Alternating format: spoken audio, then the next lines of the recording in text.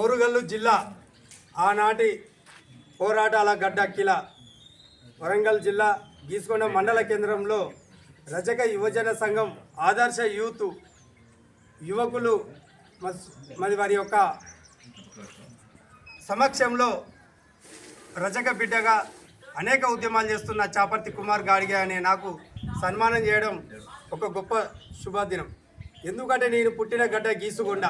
ఈ గీసుగొండ నుండే ఈ తెలంగాణ వ్యాప్తంగా దేశవ్యాప్తంగా రజకుల కోసము, బీసీల కోసము, ఎస్సీల కోసము, ఎస్టీల కోసం, అణగారిన వర్గాలకు ఎక్కడ అన్యాయం జరిగినా చాపర్తి కుమార్ గాడిగే అనే నేను ఎన్నో వేదికల మీద ఈ రాష్ట్ర కేంద్ర ప్రభుత్వాలను నిలదీయడం జరిగినది.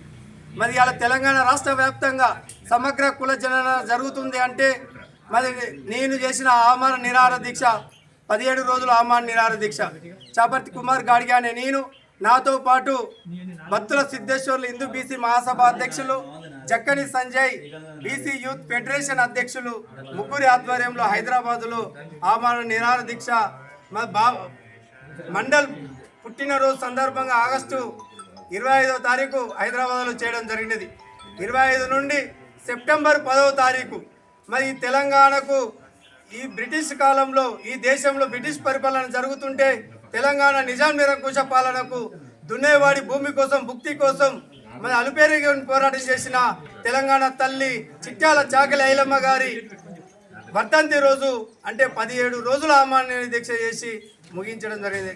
రాష్ట్ర ప్రభుత్వము ఇప్పుడు రాష్ట్ర వ్యాప్తంగా సమగ్ర కులగణన జరుగుతుంది. మరి నా పోరాటము రజకులకు అనేక రకాలుగా ఉద్యమాలు చేయడం జరిగినది.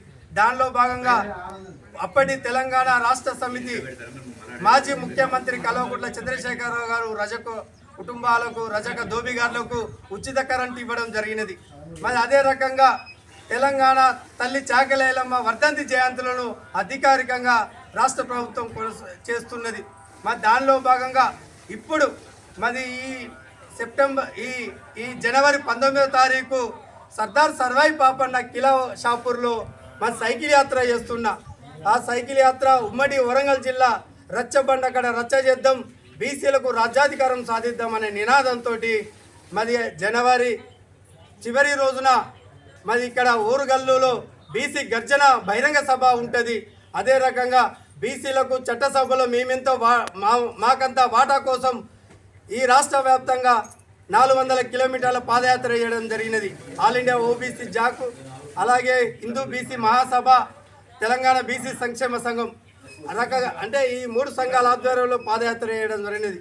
భవిష్యత్తులో 2028 ఎన్నికలలో ఈ తెలంగాణకు రాష్ట్ర ముఖ్యమంత్రితో పాటు ఈ రాష్ట్రంలో చట్టసభలలో బీసీలను ఎమ్మెల్యేలు చేసేంత వరకు ఒక రజక బిడ్డ పోరాటము, ఆనాటి తెలంగాణ తల్లి చాకలి ఐలమ్మ ఉద్యమ స్ఫూర్తితోటి మరి ఇలా స్వచ్ఛ భారత్ పితామహులు సంత్ గాడ్గే బాబా ఆలోచనతోటి రాష్ట్ర వ్యాప్తంగా సైకిల్ యాత్ర చేసి చట్టసభల్లో ఈ తెలంగాణకు బీసీ ముఖ్యమంత్రి ఇచ్చేదాకా ఒక చాకలి బిడ్డ, ఒక రజక బిడ్డ పోరాటం ముందుకొస్తున్నందుకు మరి తెలంగాణ ప్రజలు మరి బీసీల కోసం మన ఓటు మనం వేసుకొని రాజ్యాధికారం దిశగా అడుగులు వేసుకోవాల్సిన సందర్భం ఉంది.